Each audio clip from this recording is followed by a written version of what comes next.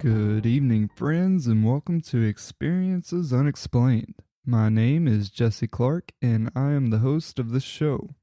We have officially hit episode 10 with this episode, so if you guys have listened to all the previous episodes, I want to greatly thank you all. We have officially reached over 500 downloads, which is fairly good for a new podcast that's only been up since October.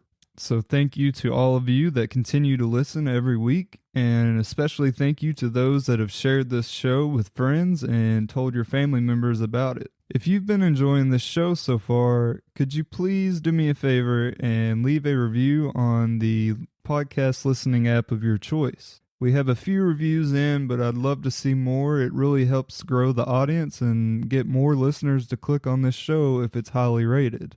And by increasing the audience size and having new listeners come to the show every week, we open up the opportunity to receive new stories submitted by the audience, which is what I really want for the show. I want to hear from you, the listener. So if you've ever experienced anything paranormal or strange or unusual, or simply something you just can't explain, I would love to hear about it.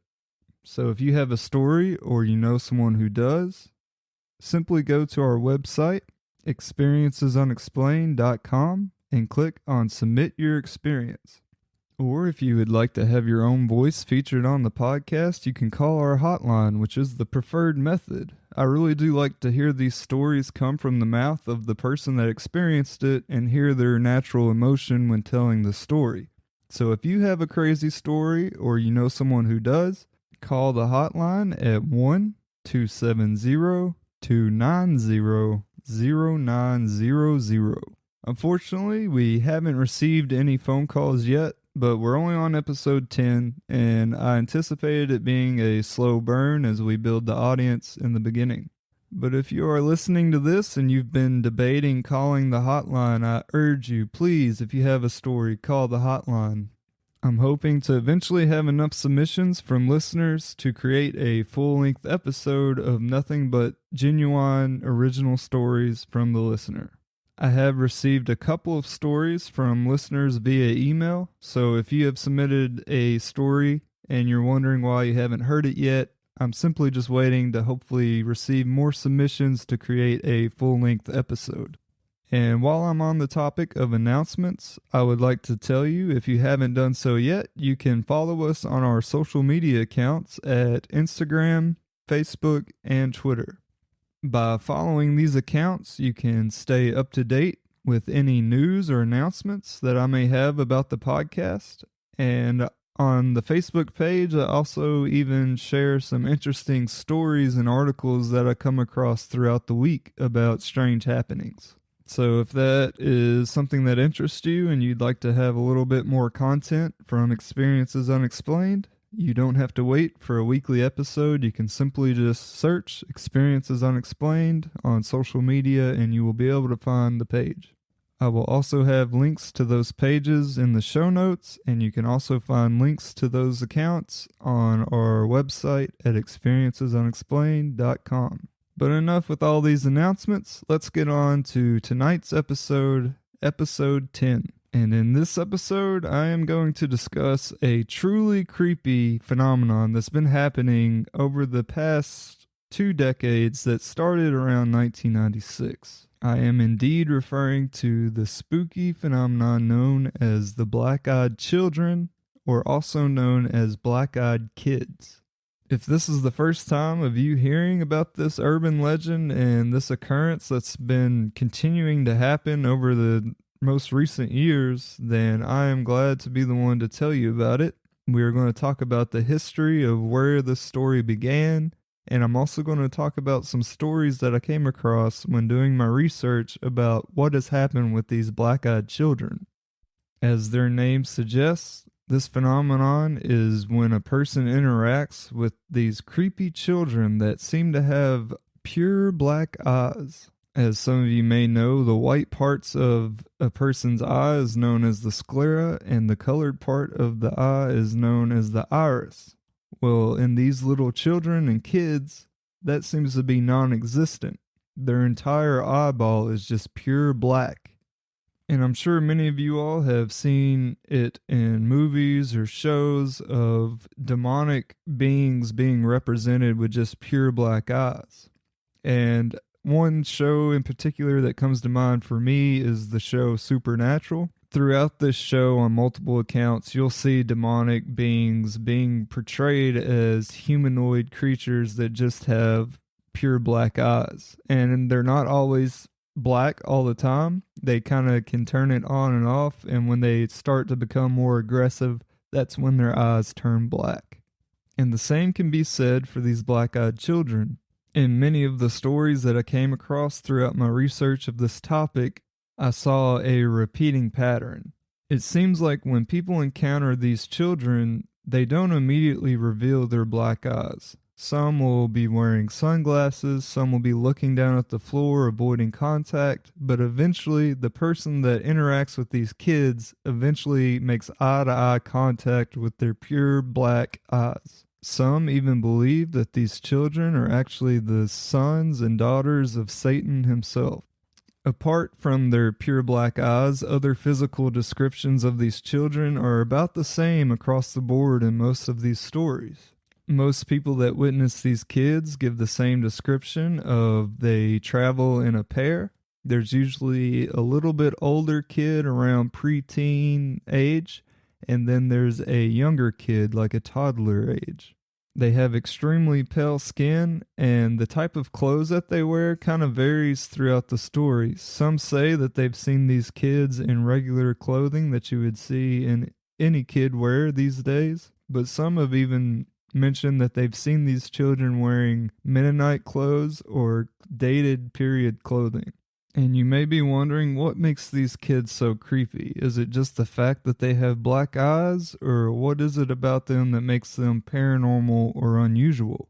Well, most of the stories that I came across through my research showed a common pattern of these kids either wanting to come inside of your home, asking if they're allowed to come in, or some people have interacted with these kids out on the street while driving their car. Some people claim that they have seen these kids like panhandling on the side of the street, and then they talk to the driver and ask to get inside of their vehicle. And if those of you who are familiar with vampire folklore, this will kind of ring a bell for you. It seems as though, just like vampires, these kids have to be invited in before they can actually do any harm. And perhaps what's the most unsettling about this phenomenon is how little we know about it. Because most people, when they interact with these kids, they do not help them. They do not let them in their house. And I think that kind of speaks volumes to how creepy and how bad of a vibe these children give off. You know, most people, if they see kids in need or they're out alone and they're like, can we come inside your car to get out of the cold, or can we come in your house to use your phone? I feel like most adults would be glad to help out a kid in need. But actually, anyone who's encountered these black-eyed children have immediately felt an overwhelming sense of dread. Some people even claim that these children seem to have some type of hypnosis effect on the people that they are talking to. Others have also claimed that these kids seem to be able to communicate with one another telepathically. They'll simply just look at each other without saying anything and seem to communicate with each other. Now, you may be wondering, where do these kids come from? Where's the history of this story and paranormal experience originate?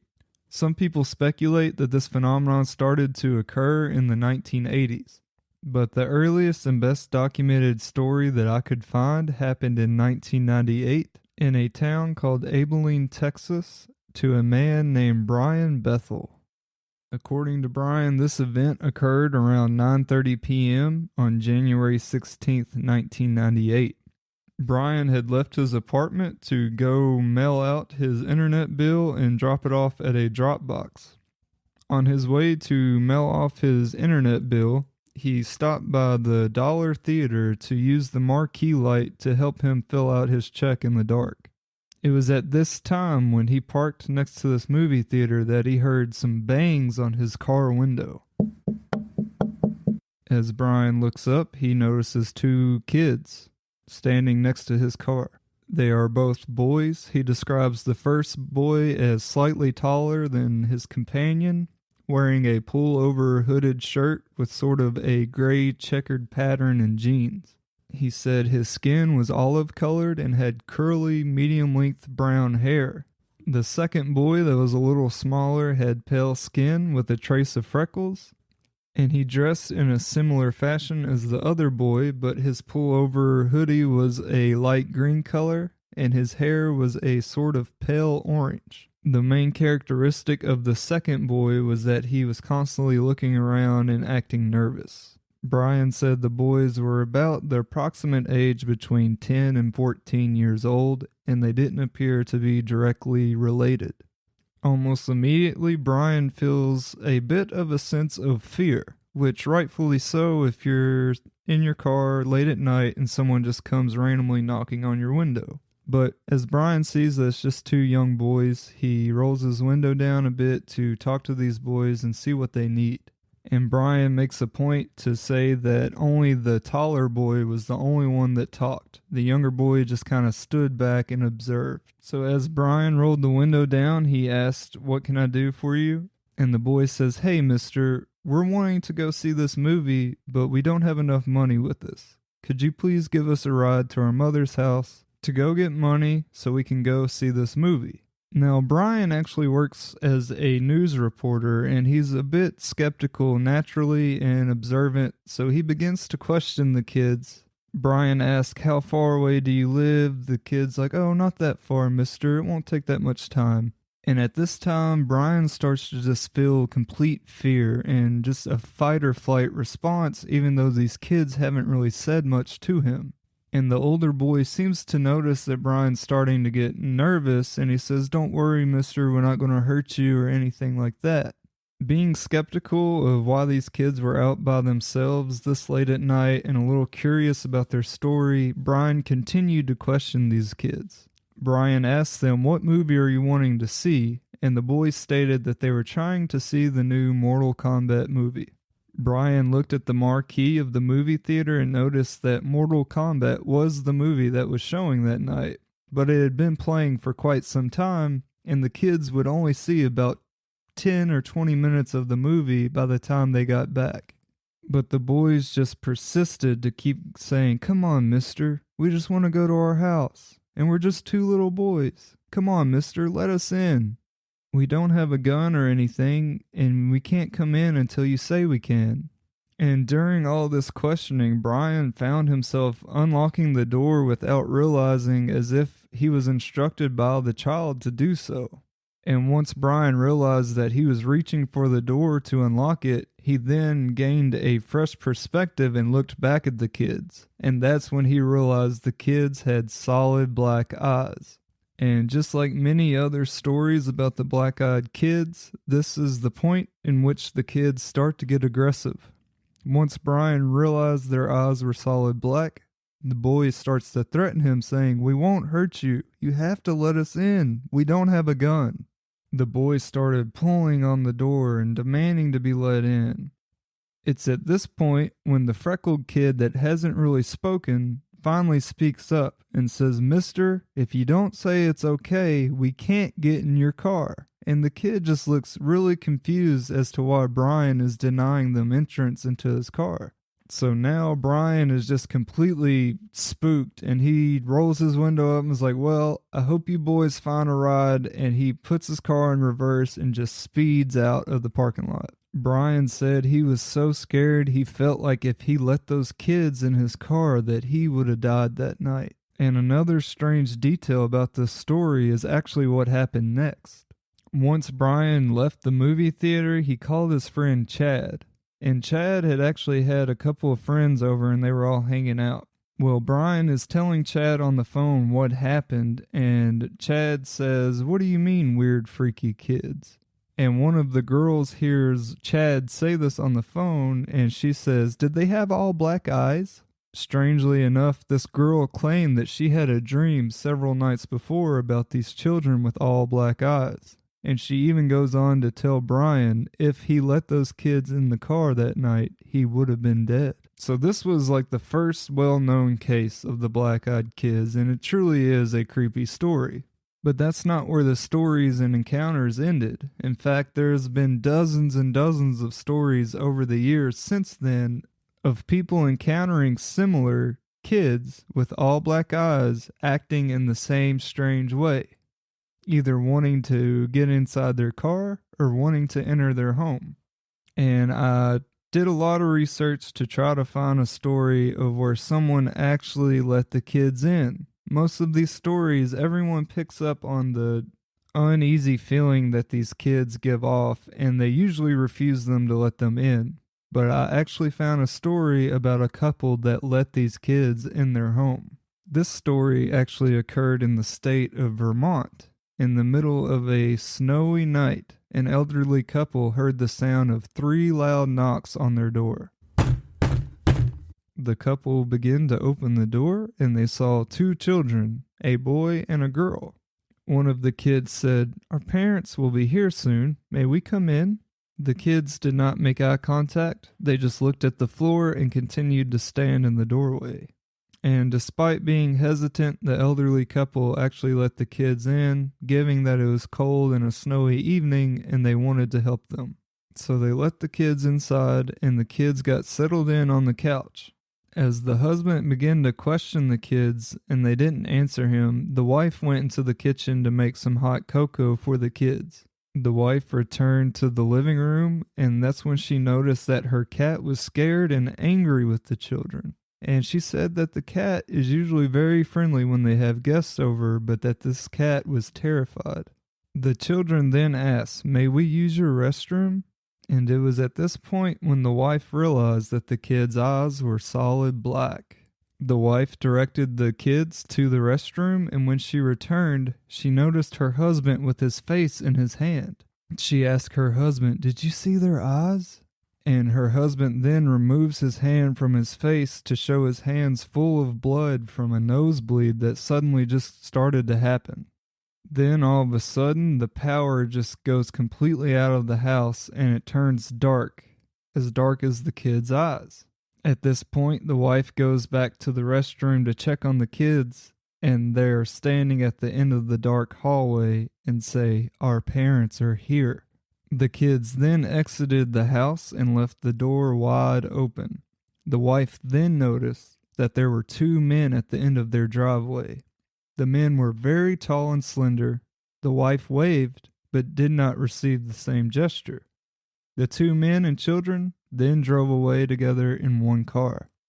The power then came back on shortly after the kids left, but throughout the week, weird things continued to happen in the house.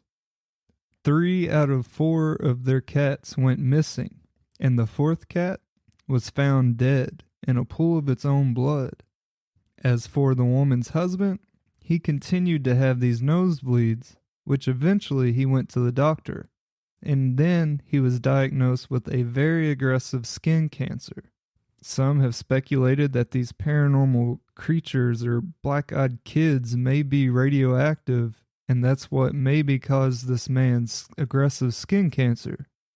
But one could be skeptical and say that this medical condition could have already existed, and it just happened to be that it was diagnosed after the run-in with these kids. Now, as for the cats that went missing, I don't know. It is strange, but I do know cats do tend to wander off, especially when they're older in age. Sometimes they go to wander off to be alone, to actually pass away. It's kind of sad, but it is a thing that's known for cats. However, the 4th cat that was found in a pool of its own blood, that is not a natural death, and it seems as though something evil did occur there. Whether or not it was a paranormal event, or if this cat was just attacked by another animal, I don't know. But it is a fascinating detail to this story. And during my research about this phenomenon, I actually came across another story that's a little bit different from the usual black-eyed children stories that I want to share with you. And I actually found this story on a subreddit about black-eyed kids. So this man's story goes like this. I have spent decades in the military intelligence community. so I don't want to put out too much information about myself on a public forum. However, I'm curious whether or not any other experiences overlap my own. We lived off base in this rundown community that looks like any other rundown community you find anywhere else next to a military installation. The apartment complex itself was nice by the standards of the rest of the buildings in our area. At 12:30 a.m. on a Friday morning, I was woken up by a series of knocks on my heavy wooden door. I have a rule. One series of knocks is just people messing with you. But if there's something they need, they'll knock twice. Yup, there came a second series of knocks. I expected it to be someone from work trying to get a hold of me, and my cell phone had died. It had happened before. But I opened the door and stared down at this kid that I estimated to have been 6 years old. There was so much about this kid that was bizarre. The eyes feature suggested in black-eyed kids seems kind of trivial. I can't say 100% that his eyes were all black orbs. I just don't know, because the rest of him was such a mess. When I look at people, I don't know, I have a habit of avoiding eye contact. But the rest of this kid's description is as followed. His clothing was gray, filthy, hooded sweatshirt with a hood up halfway with matching sweatpants. His shoes were unremarkable. Skin complexion, for lack of a better phrase, I would say that he was extremely pale. Not clear if there were blemishes in a way of freckles on his skin or if he was just really dirty. His hair was a possibly reddish brown, but was messy and dirty and short. His face was in this grimace of hatred. His expression was like someone who was sucking on the world's most sour candies. But here's the worst part of it. The body odor. He was radiating was like something I have never smelled before or since. I've smelled decomposing bodies in war. The closest smell I can relate to was in Ranger School. In Ranger School, due to the lack of food and rest, often guys' bodies will start to consume muscle for energy. Combined with the lack of bathing opportunities, this creates an odor that is hard to top. But this kid smelled like weaponized foulness. I asked the boy, "Can I help you?" In a voice flat, void of inflection, he said, "My parents don't like you." I responded, what? He stated, "You'll be okay if you give us something great." I immediately slammed the door on him because I thought he was just screwing with me. He let out this "no!" I could hear him on the other side throwing a tantrum like you see toddlers in the store when their parents won't let them have something. It's definitely a strange thing to do at midnight. However, kids running around the dilapidated neighborhood unsupervised was a pretty common occurrence. I just chalked it up to bad parenting. I showered and threw my clothes out because I didn't want that stench on me. I went back to bed because I had to be up again in 4 hours. The strange thing is that the stench didn't seem to linger. I saw this kid on 3 other occasions. The second time, I was going out to my car in the morning, and he was standing in the parking lot glaring at me. When I came home, he was staring at me, standing in the same spot. Then, when I looked out the window hours later, he was still in the same spot, glaring with that same sneer at absolutely nothing. I asked my wife what she made of him, and she said he wasn't bothering anything, which was a pretty low bar for that neighborhood. Kids would often run around vandalizing people's vehicles in apartments. I thought about calling the authorities. However, what was I going to say? There's this weird kid. He might need help because he's weird and he stinks. The truth is, I hated this kid. Now I have 3 kids of my own, so I don't just out-hate other kids. However, I hated this one. I hated his smell. I hated that he existed. I felt like he was trying to target and bully me for some reason. No, I didn't want to help this kid. Also, I had these paranoid thoughts of, if this kid hates me as much as I hate him, he's going to lie to the cops and tell them that I had harmed him. It could affect my security clearance. It's best just to ignore him, and this will all go away. One time, I saw him interacting with kids outside, so I know he wasn't a figment of my imagination. However, he didn't play with them like a normal kid. This girl would come up and grab him by the arm, and he would just stand there and glare at her. There were kids running around him, and he just stared at them with that grimace. And that's basically the end of that story. He just goes on to say how maybe he should have helped that kid, but he couldn't get past the smell and the unexplained hatred for this kid. So I don't know about this story. It's definitely strange, but it doesn't exactly match up with the other black-eyed kid stories. For one, this kid was by himself alone, and most other black-eyed kids' stories, they travel in pairs. Secondly, this kid seemed to hang around the neighborhood for quite some time and actually interacted with other people. But what is interesting is the man's unexplained hatred for this kid and feeling of dread with even dealing with him, and also the unexplained odor that the kid was giving off.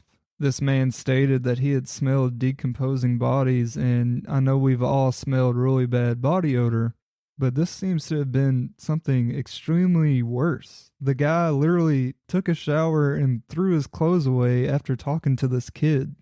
Now, maybe this kid was just a little strange and had poor personal hygiene, but it seems to me like there maybe was a little bit more at play. What's really odd is the day that he saw him standing in the same spot for nearly the whole day. Seems a bit odd, even for strange kids. So I don't really know what to make of this black-eyed kids phenomenon. No one really knows. We don't know if they're demons, are they just apparitions of kids, are they real kids from a different dimension, are they actually the devil's children like some have speculated? I'm really not sure, but what I do know is it seems like these kids are up to no good. And as I've mentioned before, it's not uncommon in the paranormal field for a demonic entity to pose themselves as a innocent child to kind of invite themselves in. Naturally, people are more willing to help a child in need than they are an adult. So I feel like this is why demons often take on that persona of a child to try to get you to invite them in and help them. So I think until we receive more of these stories and kind of get more details about this phenomenon, we're not going to really have any answers about what's going on with these kids. Like I said, almost every single story that I come across on my research, everyone denied the kids either entry into their home or their vehicle. Rightfully so. I, for one, am going to be a lot more hesitant with opening the door if I hear a knock in the middle of the night, or if I'm stopped at a traffic light and a kid's knocking on my window. I'll probably just keep that window up from now on. So what do you all think about this phenomenon? The black-eyed kids. Have you all ever experienced anything like this? Some strange children showing up at your house asking if they can come in? If you've had any kind of run-in with these black-eyed kids or something similar to this experience, I would absolutely love to hear your story. These stories aren't super common, and it's a fairly new phenomenon. So please, do not hesitate to call our hotline at 1-270-290-0900, and then you can tell your story about the black-eyed kids. But that's going to conclude this week's episode about the black-eyed kids. I really hope you all enjoyed this creepy tale. You know, this phenomenon would be creepy if it was an adult, but something about the children being involved just makes it that much more creepy. So if you hadn't heard of this phenomenon prior to listening to this episode, I hope this really freaked you out, and I hope you're extra scared of little creepy kids now. But thank you all so much for making it to the end of the episode and continue to listen. Don't forget to tune in next Saturday at 9 p.m. Eastern Time to catch the new episode. So thanks everybody, and keep your eyes peeled for anything strange and unusual. Thanks everybody. Have a good night.